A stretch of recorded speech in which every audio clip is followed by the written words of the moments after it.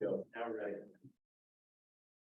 All right, so I'd like to call the regular City of Boardman Planning Commission meeting for Wednesday, March 22nd to order. Please rise and stand for the flag salute. I pledge allegiance to the flag of the United States of America and to the republic for which it stands, one nation, under God, indivisible, with liberty and justice for all. So let's go ahead and do a roll call, Carla. I just gave my pen away. Chair Payne. Vice Chair Barisi.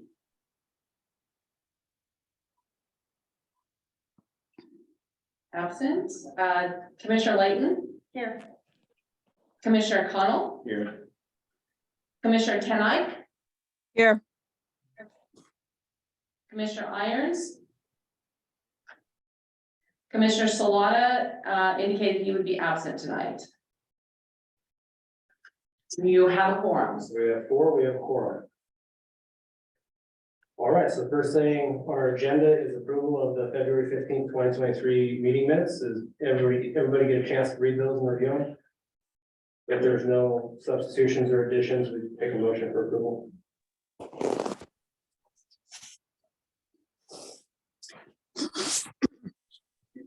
Bless you.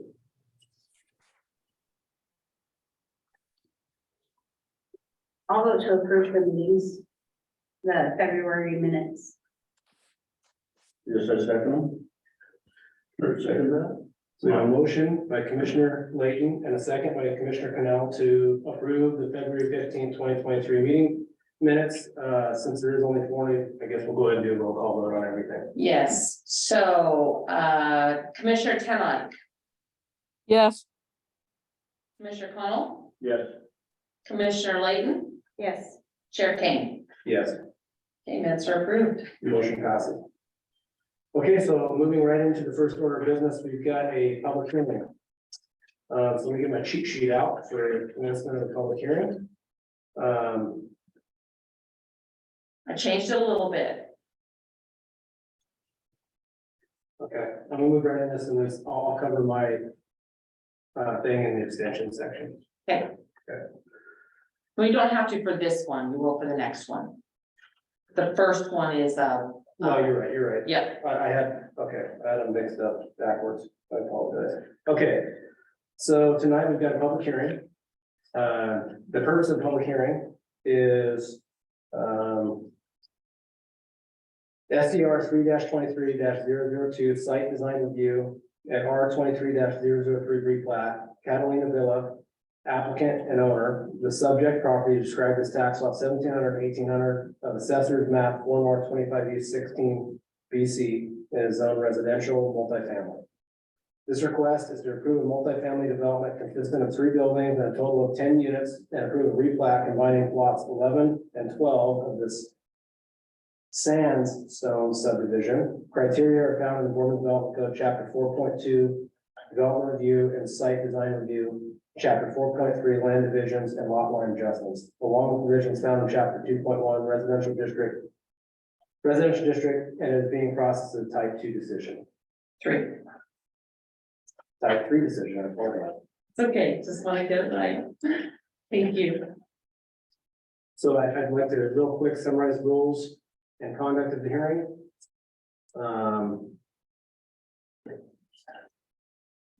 The criteria that apply to the decision are listed in the staff report.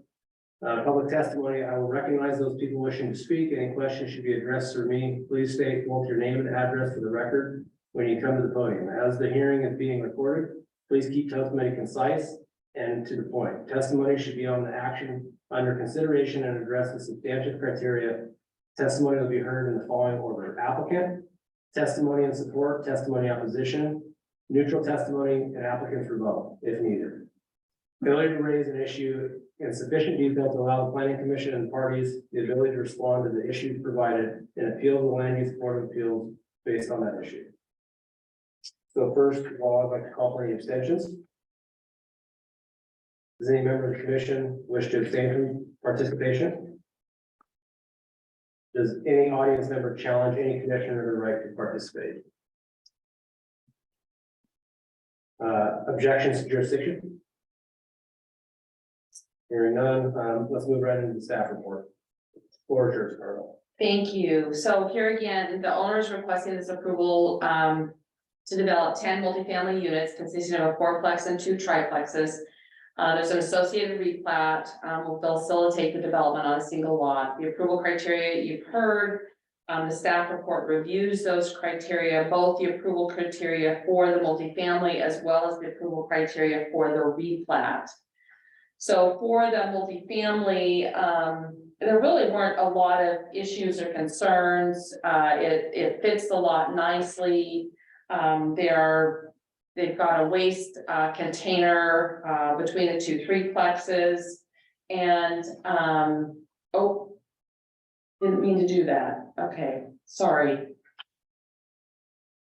Should have silenced that. I didn't get to it. Sorry, apologize for that. So they are looking a couple of things that we need to work with them on.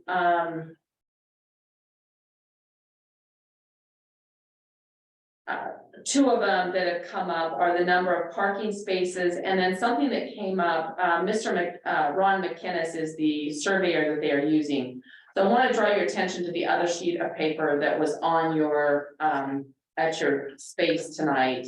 This has come in since the staff report went out. What Mr. McKinnis did, because he often has been the surveyor that's been doing the foundation surveys where we have found things didn't get set back right. He identified that there was a problem with their layout in that respect as well, and I had not picked up on that, so I was glad that he identified it. So we are going to have them do one of 2 things. Either reduce the fourplex to 3, or to move it to the east, which would move it away from the west property line. In order, because what, as tight as it was west property line, this corner here doesn't meet the 20-foot setback.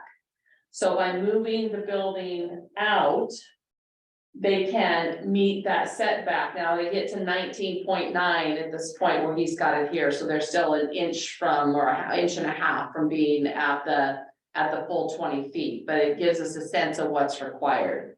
It's moving it, if I remember right, he said it's moving it 2 feet forward, which means there's 2 feet less in the parking and maneuvering area.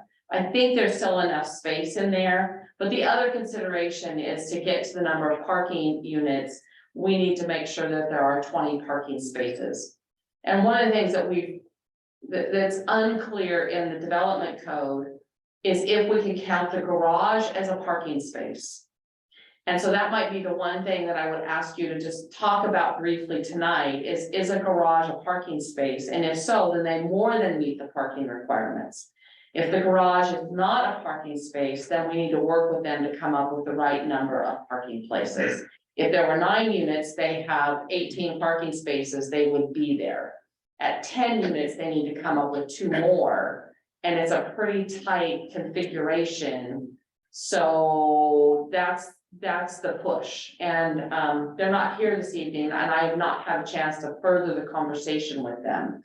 So as you consider your decision tonight, those are the inputs. So again, we've received the layout, we received the architectural renderings, everything looks good from the basic requirements. There is an eyes on the street requirement. The access itself brings you into a parking area. There are considerations for multifamily where you can meet the eyes on the streets by having everything face inward. It does. So I'm not concerned about eyes on the streets. So then we looked at the property is bare, they can meet access and circulation. The driveway width they've identified is satisfactory.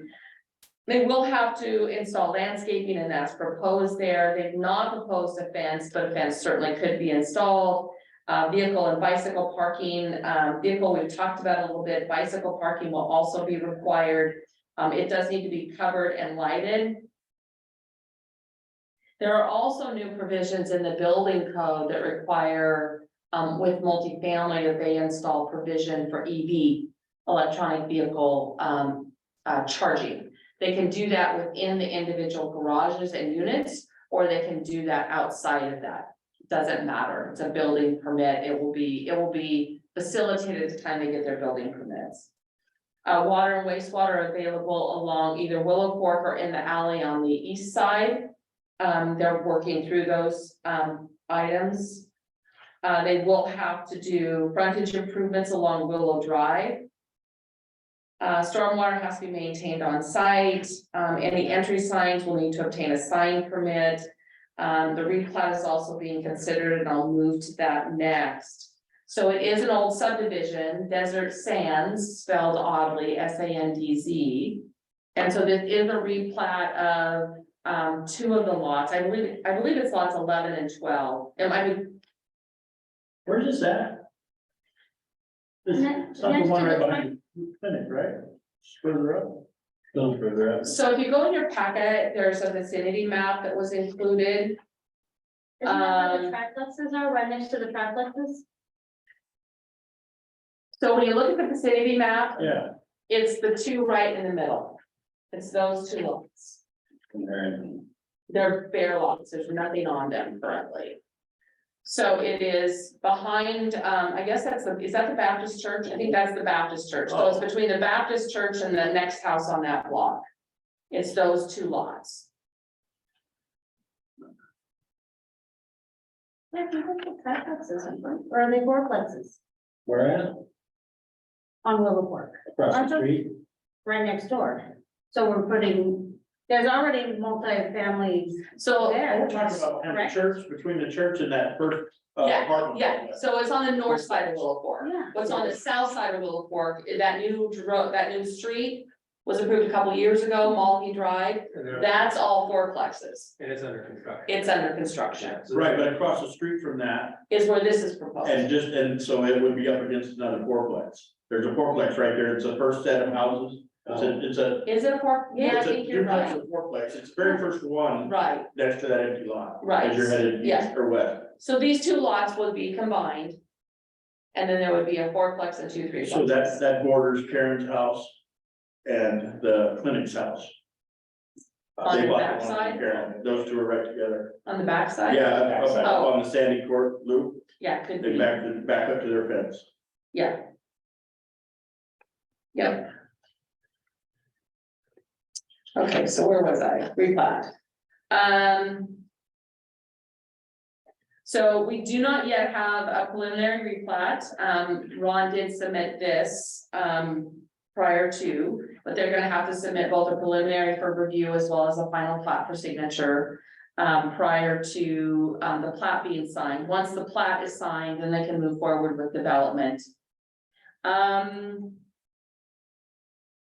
They're not asking to vacate anything, they're just simply asking for the two lots to be combined. They are owners of both lots. No street is proposed to be vacated and access is currently available along Willow Fork Drive and will continue. The applicant is not here, there are 9 proposed conditions of approval. So we can move forward from here, that would conclude my staff report. Okay, thanks, Carla. Yep. So let's move right into testimony. Anybody here for the proponent's case? Hearing none, anyone here representing the opponent's case? Hearing none, any neutral testimony? Anything from any public agencies? And hearing none, we can skip the rebuttal section. And at this time, I'll go ahead and close the hearing and we can begin deliberation by the commission. I think the first item on the list I've only got marked on was the discussion about the garage and parking space. Yeah, how many parking spaces are proposed now? There's one per unit? So there are 18 parking spaces identified on their site plan. 2 spaces are required for each dwelling unit based on its size. So we're talking about uncover, non-garage. Right, spaces. right. And so that's kind of an interpretation point that I'm looking for is, would you consider, so if we can't get to 20 spaces, would you consider that they that the garages could meet a portion of the requirement for the parking spaces. So I got a real quick question, sorry. Go ahead. I was just looking at the site plan on the last page. And I see in front of each garage is a space. Is that counted as one of their parking spaces? So, yes, and stacking of parking is allowed in a number of applications. You often see it in manufactured home parks where they will allow for 2 parking spaces on the lot where the manufactured home is, and they are stacked. Right. So if, the wife needs to leave and the husband's in the way, I guess he's gotta go move his car so she can leave. But it's an allowed parking configuration, and in other locations as well. Sometimes in multifamily, you will see that where it's shared and it's stacked. It's not ideal, but it's doable. So yes, in this case, they are showing that those spaces are stacked in front of the garages. And then there are some spaces in here that are not in front of the garages. So if they're requiring, they haven't decided whether they're gonna put in-unit charging systems or outside, right? Right, no. So in the new building code provisions where you have to have, so in commercial and multifamily developments, you don't have to actually put the charging stations in. Right. You have to put the infrastructure for them to be installed. So they could choose to put that infrastructure into all 10 garages, and then they more than met the requirement. Or they could choose to pick a couple of parking stalls or a couple of garages to put it in and make it, they just have to make it available. So how they implement that will be determined at the. Right, and the reason that I ask that is because if they have them in every spot, people would tend to probably use them if they have the electric car. If we remove how many parking spaces because we gotta move this unit forward? So actually moving the unit forward does not eliminate parking spaces. Okay, In fact, it could create an opportunity for an additional parking space, actually. There's the front on the left.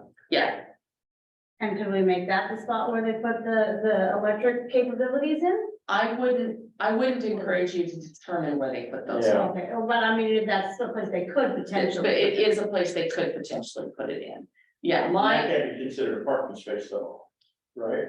It's just What? a temporary charging space. once the charging unit gets installed, it kind of becomes a dedicated parking space, and I suppose the residents could all come to agreement that, hey, none of us have an EV, so we're just gonna use it as a parking space. Right.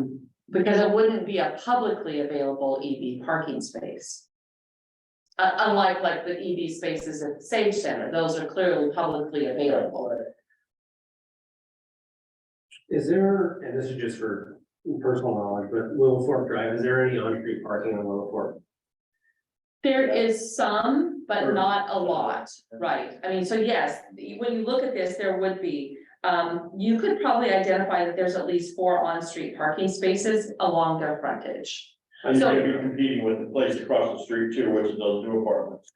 Right, That's gonna cause, there's gonna be people there too. so we actually required them to set those units back an additional 20 feet. They had plenty of backyard and not enough parking. When we evaluated that, we found out for 15 units or 15 buildings, there were 14 on-street parking spots that would be available. So we actually created stacked parking in those as well. So we asked them to push the units back an additional 20 feet. So they have, your normal parking spot plus an extra 20 feet, Right. plus the garage. So we actually did hold them to 2 units, 2 parking spaces per unit plus the garage. So if we kind of look at that as the standard, then we probably need to figure out how to make sure we get to 20 parking spaces here without the garage. But unlike the place across the street on Walney Drive, there's at least 4 on-street parking spaces here, which would get them from the 18. If we allowed that as a consideration, that would get them to 22 parking spaces without counting for the garage, so it would be an option. I have no problem counting, my opinion is the garage is a parking space. Yeah, it seems people nowadays use them a lot more for that than we used to. I mean, For storage. in an apartment, I've never used my garage as a parking space. It's always storage, because we never have enough room, but I noticed all of the new apartments, like the duplexes on Boardman Avenue, everybody uses their garage for their cars. All the new houses that I've worked at up here on Eagle, and they all are using their garages. So, yeah, I don't think, to get to the amount that we need, even if a third of them used them, Right, that would give us plenty of space. Yep. Or less than a third probably. So, yeah, I agree. Yeah, I would say county uses space. okay. Any So, other discussion on that item? do you want to change the condition, or do you want to leave the condition and just let the record indicate your determination that you're comfortable with the number of parking spots that are available, given the on-street, or do you want to change the condition? Because certainly at a staff level, we can count on-street parking as well and come up with 22. Yeah, I don't like using the on-street thing, because if the apartment, if the rules of that place don't allow for visitors to park in those spaces on property, then they're required to park out on the street. Right. And I see that in Portland quite a bit. There's always somebody parking across the street. If those are designated parking spaces, now you have nowhere for your friends to come. Well, it wouldn't be necessarily designated, But they be counted toward their, but they'd be counted toward their total need. It wouldn't be that, this is apartment one space, this is apartment, it wouldn't Yeah, be I think designated. it has to stay inside their own property. I have a question though, if we're counting the garage as a parking space, wouldn't they have to be assigned for each unit? This is your space, because now the garage is your space, plus the car that's stacked behind you. It Right, would have to be designated per unit, otherwise, if anybody comes to visit and you park behind me, I'm stuck in my garage. that you are, unless you park in the drive space of the person you're visiting. Right. Right, but there, so But there are if they're two, not designated, any random person can just pull in there. Yeah, and a well-run apartment, that's not allowed. You'll see it, you'll see people parking out on the, or they'll have, they'll have half a dozen spaces that are open. First come, first served for visitors. right, But in something like this, where we're talking already, it's a fairly tight thing. I think that the required parking spaces for the facility or for the apartments, as proposed, needs to stay within their own property, not really, I mean, make sure they have what they are required to have. right, Whatever that, and again, including just less than a third of the garage, we cover that. We don't have to worry about the on-street. right. Okay, so you guys are okay with counting the garages towards the parking spaces? Okay, okay, so I think they can meet the standard, like they meet the condition, then 20 parking spaces will need to be available. But they will have to, those two that are not in front of a building, one of those is gonna have to be identified as an ADA accessible Right. spot. Yeah, And I think, I guess this is another one of my opinions, but I think we can leave the conditions intact. okay, So we don't have to make any substitutions in the motion, because it's just stating they meet that, and then staff can determine, based upon our recommendation that they meet that. that works for me. Okay. So any other, items of discussion?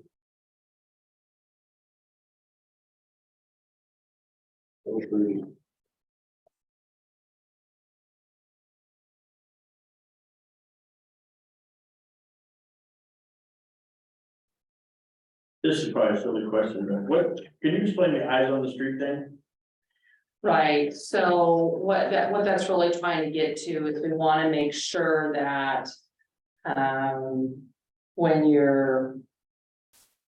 that there's something about the house, the dwelling, the apartment, whatever, that looks like it's on the street as opposed to, That's so. what I thought it meant, but I Yeah. wasn't sure. Yeah, when you're on the street, you wanna be able to see the front of the building, Sure, and that gets hard with multifamily. yeah, you Because want to see you're their backyard in front, which you do sort of with Castle Rock. Cause it goes Around around the and corner. you see the backs of all the apartments, but. Yeah, Right. okay. Yep.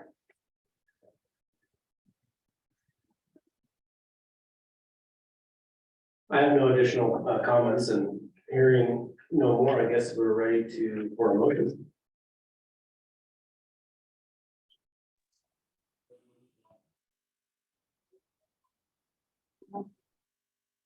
Well, I'll make a motion to approve the multifamily dwelling on Willow Court. Do you want to do the two motions separately, or do you want to do the replat approval concurrent with the multifamily? Yeah, so Because maybe, there's two requests. yeah, I can find out a little bit, so we need, and we can do it in one motion, right? You absolutely can do it in one motion. And the motion could be, and I would specific for replat, I would call out specifically, replat 23-003. Okay, And so then- this is the top one, basically. correct. And then also the approval of the multifamily development. SDR three. SDR 3-23-003. So 002 and 003, replat. Mhm. Okay. So I move to approve the SDR 3-23-002 site design and R-23-003 replat design. To approve that Condition stated. with the conditions stated. I second it. Okay, so we'll go ahead and do a roll call. Just a second, Oh, I'll sound fancy for a minute. Oh, you must have the answer for a minute, okay. So we have a motion by Commissioner Layton, and a second by Commissioner Connell to Thank approve SDR 3-23-002 site design review and R-23-003 replat with the conditions stated in the staff report. And let's go ahead and do a roll call. All right, so Commissioner Layton, Yes. Commissioner Connell, Yes, Commissioner Tenai, yes, and Chair Kane. Yes. Okay, it is approved. Okay. So now we're going to be moving into another public hearing. So this time we'll go ahead and open the public hearing. The purpose of this public hearing is SDR 3-23-001, site design review for the moral applicant and owner. The subject property described as tax lot 2804, assessment map 4 North 25 East, section 10.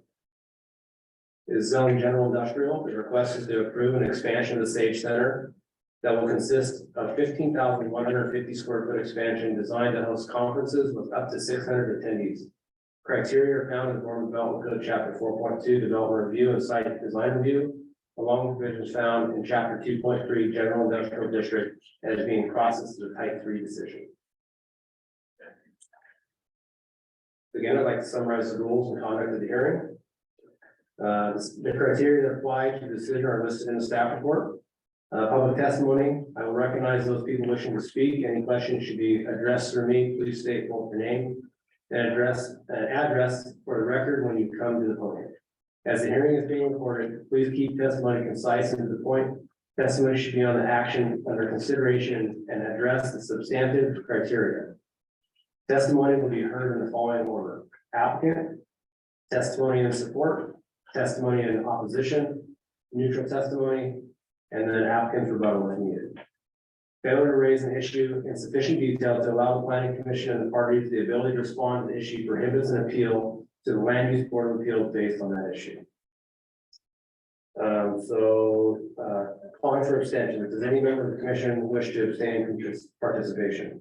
I'd like to, I guess, state I've got a potential conflict of interest as the applicant is my employer. I would also like to further state that I do not or will not be receiving any compensation for denying or approving this application. And due to our limited number of 4 commissioners tonight, I will be participating unless anybody has any reason to question that. I'm good with it. Okay, Does any audience member challenge any commissioner to the right to participate? Any objections to the jurisdiction of this panel? All right, Carla, staff report, please. all right, so we are with this process tonight, looking to authorize the expansion of the Sage Center with an addition of approximately 15,000 square feet. I've gotten the details so far, so again, zoning is general industrial, the proposed parking is tourist commercial. It's located north of Interstate 84 and east of Main Street at the corner of Northeast Front Street and Olson Road. The property address for the Sage Center is 101 Olson Road Northeast. So, I'm just gonna tell you, this one's been an interesting conundrum for me right out of the gate, because there are no provisions in the general industrial zone to have allowed the Sage Center to have been constructed, but it was. And we're just gonna acknowledge that and move forward. So, I can't, Say that one more time. That part. Yep. Is there? Yep, there is not an allowance in the provisions of the general industrial zone to allow the Sage Center to have been approved. But it was. And I'm not gonna ask them to remove it. Right. And so we just need to move forward. And, when you look at the zoning map, which we don't have one in here, but when you look at the zoning map, Olson Road is the kind of the boundary. Everything to the east of Olson is zone general industrial, and everything to the west is got tourist commercial or other type of zoning on it. And while I guess the other thing I should say is that I cannot find in the city records an approval for the Sage Center when it was constructed. So I'm also operating from kind of a lack of information. I found other information about the Sage Center, but I've not found where the actual development was approved through a land use planning process. I have found documentation for the Neil Learning Center, the BMCC expansion, and the last thing, the rec center. And again, the BMCC Learning Center is probably the one item that has the most connection to the things that are allowed. There's allowance in the general industrial zone for training or education centers related to the activities of the port. So when the BMCC Workforce Training Center first went in, that fit. When the Neil Learning Center expansion was done, it doesn't quite fit the definition. And the rec center is kind of in the same mode. There's an allowance for facilities of special districts, but the example given is more of an industrial connection. So it gives an example. I'm trying to remember the example. I think it's the vector control, vector control storage and things like that. Well, that feels like the rest of the industry down there. The rec center really doesn't feel like the rest of the industry. But again, these things were all approved, they are there, and I'm not questioning whether or not that's the right place. It's a great place for those things. It kind of creates a great buffer actually between the community and the industry that's happening on the other side. It's uses that are active predominantly during the day, they're not residential uses, so again, you're creating that buffer between what's happening in the industrial zone and what's happening in the zones adjacent to that. But again, I struggled with this when I was reading it, but how do we get there? But the reality is the building is there. And we're just gonna move forward with this. And you'll notice as we go through the staff report, I do talk about at some future date rezoning all of those properties. But honestly, today, we don't really have a use zone in our development code that works either. So at the point in time, we would undertake that kind of activity in collaboration with our community partners. We're gonna figure that out too. So there's no, this is one of those things, I guess I call this was my conundrum for the month. And I just kind of banged my head against the wall since about Christmas time when the application arrived, but we're working through it. So again, the final application was submitted on February 3rd. It was deemed complete on February 15th. And I kind of go through that in the staff report, what I just kind of went through about, how do we allow these things? And so the first condition of approval that I identified is the Port of Morrow work with the city to rezone these subject properties. But that would not be a precedent, it would be a subsequent condition of approval, so it's something we need to work on in the future. It's not something we're gonna require they do before they break ground, or even before they get a certificate of occupancy. I just want the issue to be known and for everybody to say, you're right, we need to work on solving that at some point in time. The rest of the items in here, setbacks, lot area coverage, architectural standards are all met. The building height in the front is just a little bit over the exceedance of 35 feet.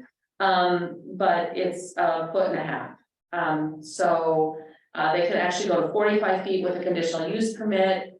They do not, a conditional use permit is not otherwise required, and this is going through the same basic process a conditional use permit would. So there's really, for me, there's really no procedural process not to allow the building to be constructed at the height presented. Again, it's 1.5 feet over the 35 feet and well within the 45 feet. Well, I actually said there are no non-conforming uses on the subject property, and to some degree, that's not true. There is a non-conforming use, but again, we're acknowledging it's there and we're moving on.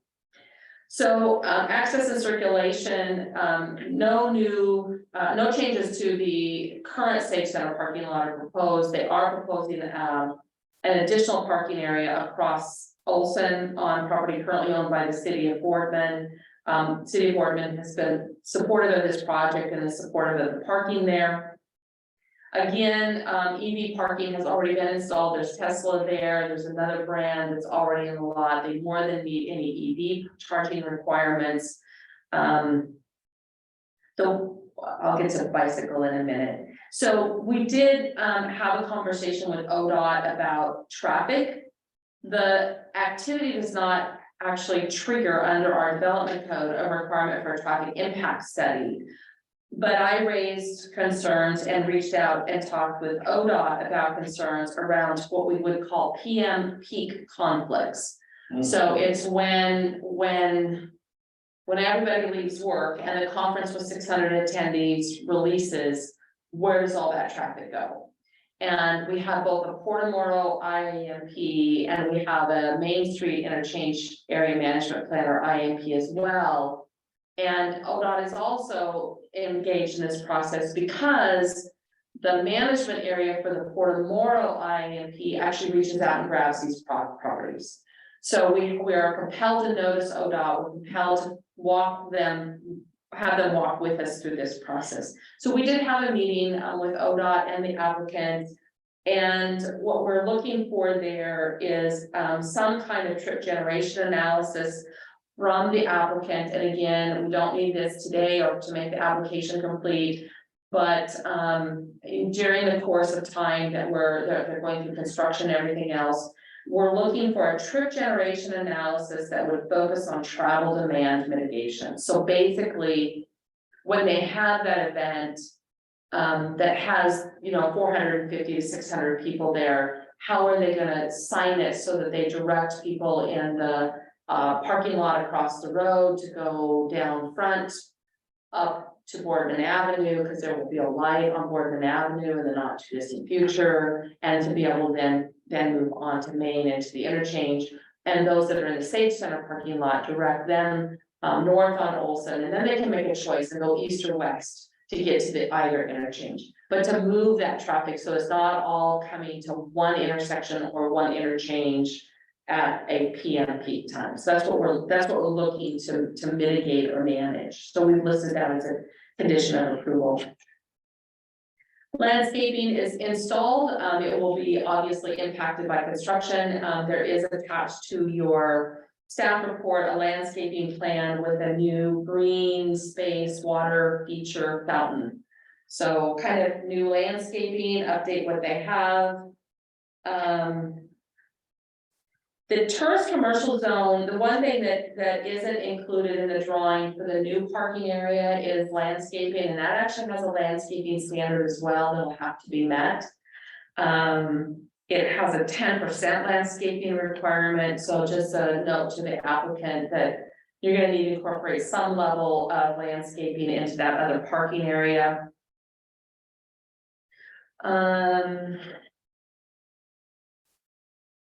Vehicle and bicycle parking. I actually called, Tori, she went out and took a picture and sent me a picture of current, somebody's wanting in. I think you can just admit right there. So, the development code has an interesting standard for bicycle parking. And it actually says that it's one bicycle parking space for every 10. And I think that's way overkill. I mean, I don't think you need 28 or actually 29 bicycle parking spaces. But I don't know that what is currently there is adequate. So I kind of said on the bicycle parking, you can be creative. I'm not gonna, again, I said based on current usage, the current bicycle parking is adequate. So, I would certainly encourage, the port and the Safe Center management team to think about that bicycle parking component, be aware of it, and assess what happens. And if more bicycle parking appears to be warranted at some point in time, add it. But from what I gathered in talking with Tori, there's rarely a bicycle out there now. It's not that there's never, but there are not a lot. And I don't know that a convention center will necessarily add to the need for more bicycle parking. I think the Sage Center itself, its current configuration is more likely to trigger bicycle parking than the convention center. Now, as planning commission members, if you want to disagree with me on that and say, no, they gotta do 28 or 29 bicycle parking spaces, that's your call in the end. But I'm not recommending that. I don't see 29 people riding bikes in town. No. Yeah, it's a number that's increasing, but, you know, bicycle riding on Main Street in Boardman right now is a little scary. So until we resolve some of those other travel and traffic impact issues, we do have 5 young people in the room. Maybe they can share their insight in bicycle parking at some point in time here, bicycle riding. Public facilities. So this one we talked about, we did have a site team meeting, we did that on February 15th. There was a lot of great conversation at that meeting about where the utilities are, what utilities need to be moved.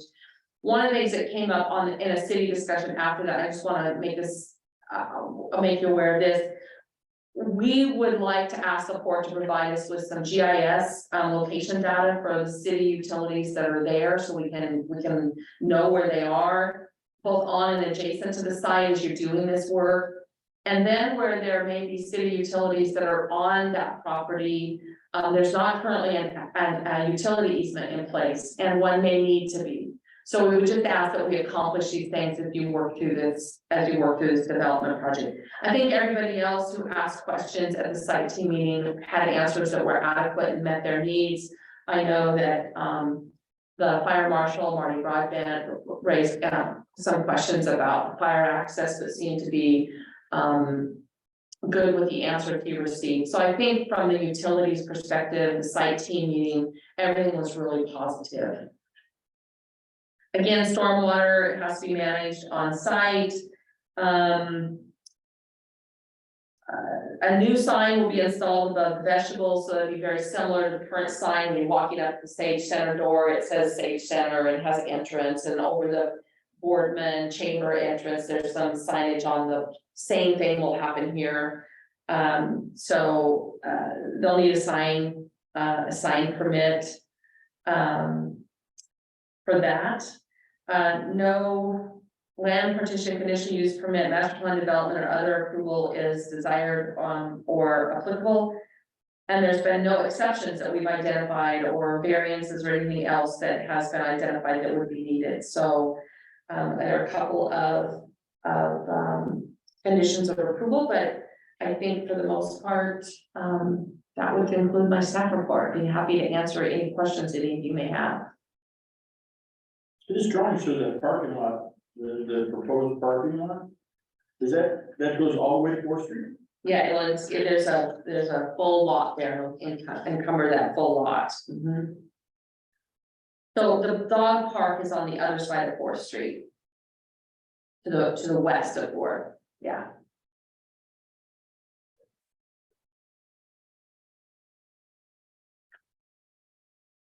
So yeah, in the site plan, the current building is in red, the new building is in green. Guess that's stop and go.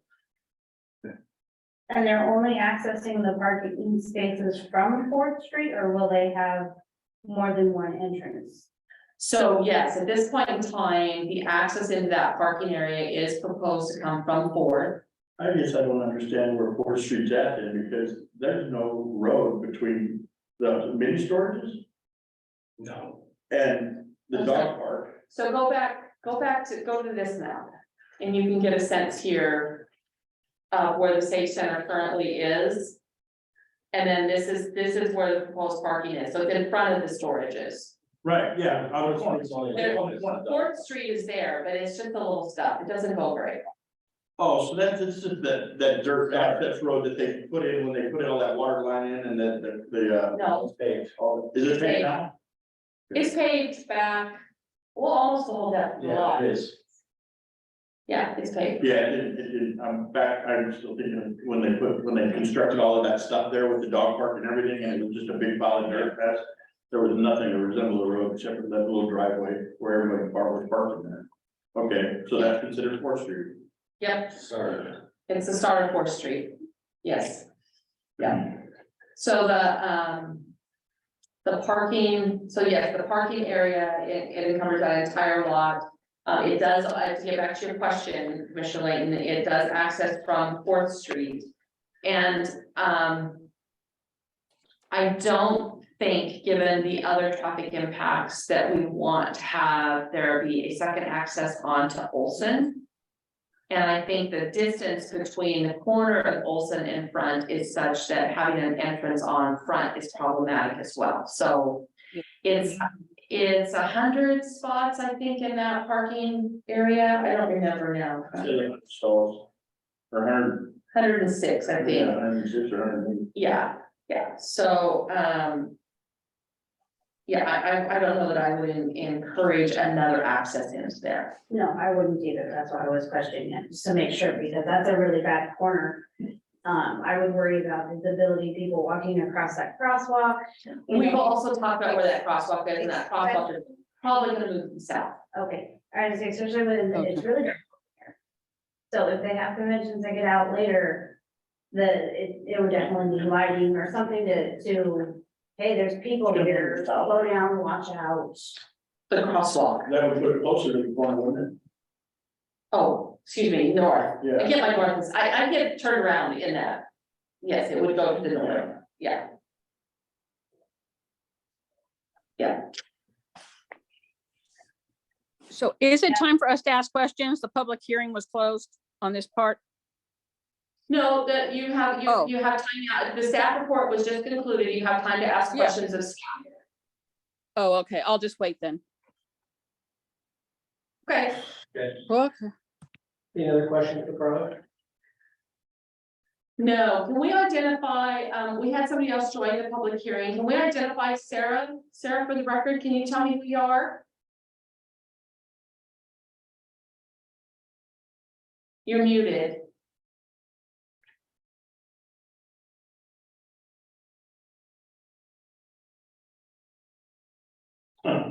Keep going. Okay, with that, we'll move into the public testimony portion of the hearing, proponent's case.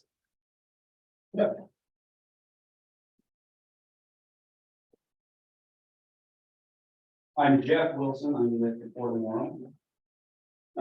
As you know, we're proposing to build, can I? Yeah, go ahead.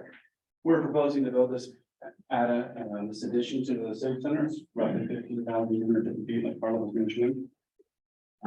It's. I think it'd be a great addition to the Civic Center,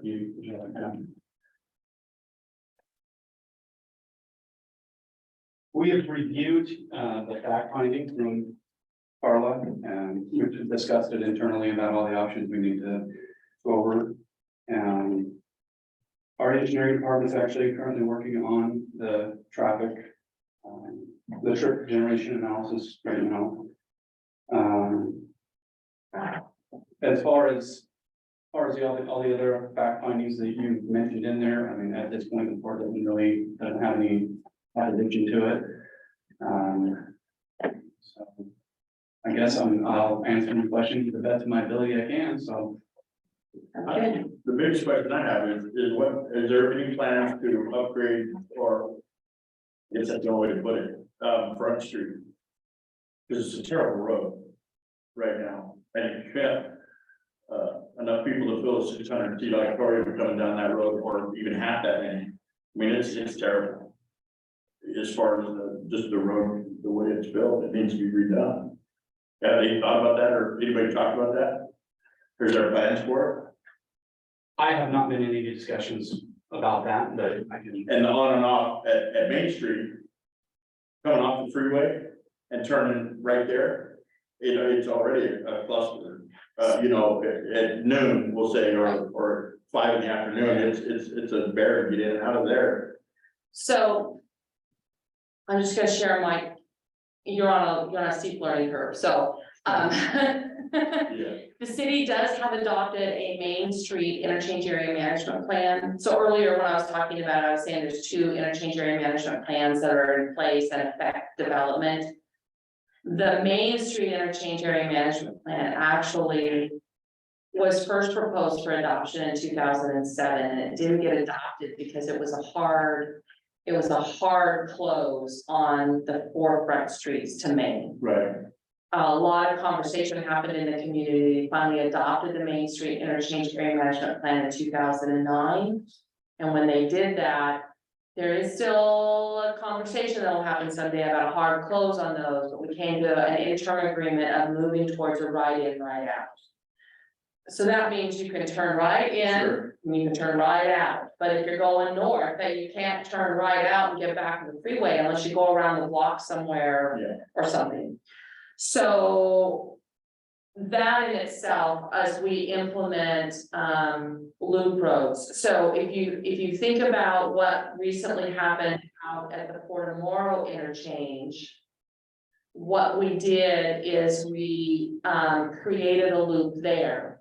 So the loop that is happening when you go out to Yates Lane, you go around on the other loop and come back onto Laurel.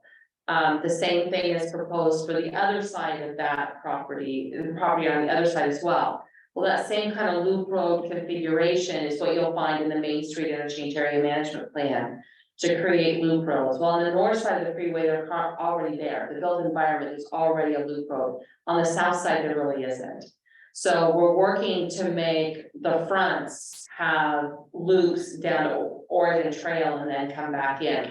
That project will probably happen this summer in the southeast quadrant of the interchange, where you'll see a loop road get built there. Could be a while before we see the loop road on the west side, on the southwest quadrant. Right. So as that happens, then the city's gonna have to look at how the rest of front functions, as well as how Boardman Avenue functions and how Boardman Avenue connects. I don't disagree that Front Street needs some significant improvement. I don't know when that happens, but we're looking at doing an update to our transportation system plan. And when that happens, we will update that project list as part of the TSP.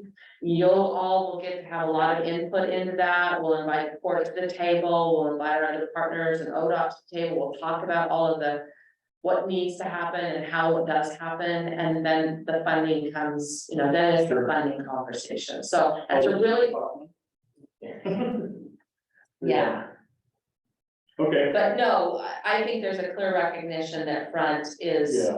I mean, it works, but I would agree. I mean, I kind of have the same red flags about, or concerns about when you add this kind of additional traffic. I mean, but we don't know how. I'm hoping this is incredibly successful, but we don't know how many 600 people events are gonna have, or will it be more smaller events? It'll be interesting to see over time, how it starts out and how it grows and what the impacts are. And, we may be calling the court sooner rather than later saying we need to figure out how to fix Front Street. Right. So. Because we do have two recreation areas there too, not including the dog park, the splash park and the soccer field. Right, there's getting to be more, and there is a proposed, we've recently done a replat there, and there's gonna be a proposal for a commercial development along that street. Yeah. The Catholic Church owns a large piece of property that is a front, it's not on front, but it's just off of front. They will have impacts to, probably Second and Third and Front Street. And they're gonna have to figure out how to get connections to Boardman, to Boardman Avenue to get, because of the changes that are gonna happen over time in the front. So it's, I mean, these are really great conversations to have. There's a lot of things happening in Boardman. And how we manage those impacts going forward is gonna be really important. Yeah, you asked my question, or you got that, Steve. Cool. Any other comment, Jeff? Not really. I mean, I was just gonna touch base on a few of your comments about we just received our new civil drawings. And it does actually show your landscaping that you had mentioned about the parking lot. Oh, yeah, the parking Yeah, lot. and so when we submit all these plans, and you'll notice, so there's been some updates to our planning, and so Perfect. it'll actually cover some of the questions you have. Sounds good. All right, any opponents in the room? Hearing none, any neutral testimony? Hearing none, anything from public agencies? No, we didn't, I didn't get any comments either, so. So hearing none, we can move through the rebuttal, portion of the testimony and, go ahead and close the hearing and move to deliberation by the commission. Any more questions for Carl? I know Ragnar, I think you mentioned you had some questions, you were waiting that. Oh, it was just kind of about that crosswalk that they are going to look at moving that, and I do think even if depending on where you move it down to, what's the speed limit there? You might really need to consider putting lights there, Right. for the pedestrian, the yellow lights just saying, that Yeah, I somebody think- hits it and Yep, so Go ahead. both you, Commissioner Tenai, as well as Commissioner Layton, you both raised really good questions about that area not maybe having adequate streetlights, for evening events, where we will see crossings there. Maybe we need to, so would the port be opposed to installing a streetlight where in that vicinity as part of your project? yeah, or kind of like you have that. Yeah, I don't see why not. No, I don't see why not, but I mean, that's a question that I can't talk, Is there a current lighting plan already? Right. Yes. In the parking area and everything? So if the parking area is adequately lighted and both parking areas are adequately lighted, it may be that if the candle lights are sufficient, we wouldn't need a street light. If the candle lights are not sufficient, then maybe we need to incorporate a street light into that plan as well. And then where the crosswalk is, we need to figure out where the best place to put that crosswalk is. I'm just concerned about it being too close to the intersection, the corner there with Front and Olson. Moving it, I think to the north, I'll get my directions right, to the north makes sense. It kind of messes with your landscape plan a little bit, the way you got it there. But if we figure out how to move that north, and I don't know if that's gonna require one of those rapid flashy lighting things. Like the one we have on Main Street. Yeah. Where the kids, where they push the Yeah. button and basically stop. for- I'm gonna say, I would be happy with that. Yeah, But people have. Yeah, I to- think that would work. So we'll look at whether or not there are triggers for where you'll install those. So we'll look at the triggers for that and we'll have that conversation as well with the port. And then we'll look at the candle lights relative to their parking lot lighting and see if it's enough illumination to make sure that crosswalk would be safe in the evening and night hours. I think I would know too, just crosswalk standards include lighting requirements, so if there's a crosswalk, I think the last people that. Right. Yeah, I agree. I don't think we're talking about anything here that needs to trigger a new condition. To the approval, because a lot of these things will be just standards that will have to, other standards that will have to be met, so. Is there a plan to do, is 4th Street there? Is that adequate for what they're doing, or does that get repaved, or what's happening with it, or is it fine as is? Well, we'll have to look at how far back the pavement goes. When that pavement was installed, it was installed with curbs. And I think the pavement goes to the edge. What's not there are sidewalks. And so, but their plan had sidewalks in a number of places, so I think what's there currently right now would be sufficient. Because the pavement goes Okay. back far and their proposed access point is. Okay. Where And there, Go ahead. where their turn in is for their for the parking lot. Right, the current pavement goes Okay. further north than where that turn Than in that. is proposed at. Mhm. Okay. Thank you. Mhm.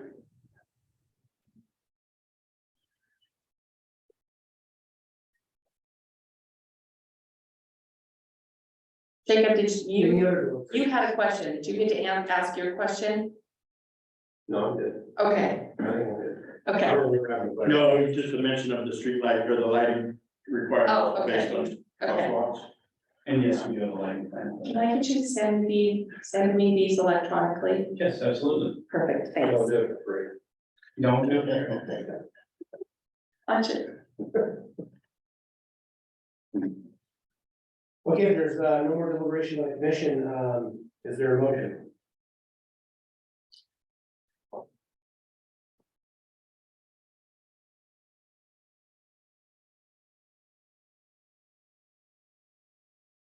And just to clarify, before a motion is presented, Carla, is this a single motion for the approval of denial of SDR 3-23-001? Yes, it would be. Okay. Yep. And this is basically just to do the whole thing. This is it. I mean, they still have to they'll have to come back and get an access permit. We'll issue a development review permit. Based on them showing they've met the requirements. They'll have to go through the building permit program. I mean, there's still steps they're gonna go through.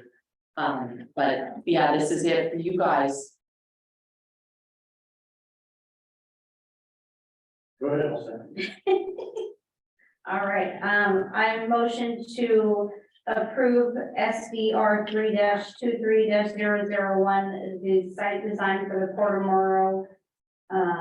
To expand the Sage Center with the training center. And I would say, With all of the conditions that we presented. and I'll say it one.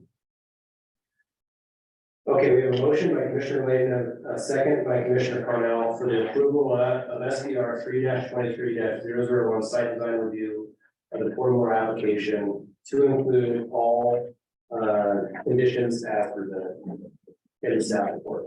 Roll call vote, please. We'll mix this up a little bit. Commissioner Connell, Yes. Commissioner Layton, Yes. Commissioner Tenai, Yes. and Chair Kane. Yes. Okay, it is approved. All right, the motion passes. It's definitely my agenda here. Discussion items. Given the text message I got or the voicemail message I got from my stepmom calling, I'm just gonna ask you to adjourn the meeting. Okay. All right, so Thank at this you. time we'll go ahead and adjourn the meeting. Thank you. Thank you. I appreciate it. How's this whole thing gonna affect Christmas lights? Christmas display thing that we have down at the station every year? That's you. I know, I hadn't about that. I'll get it to you.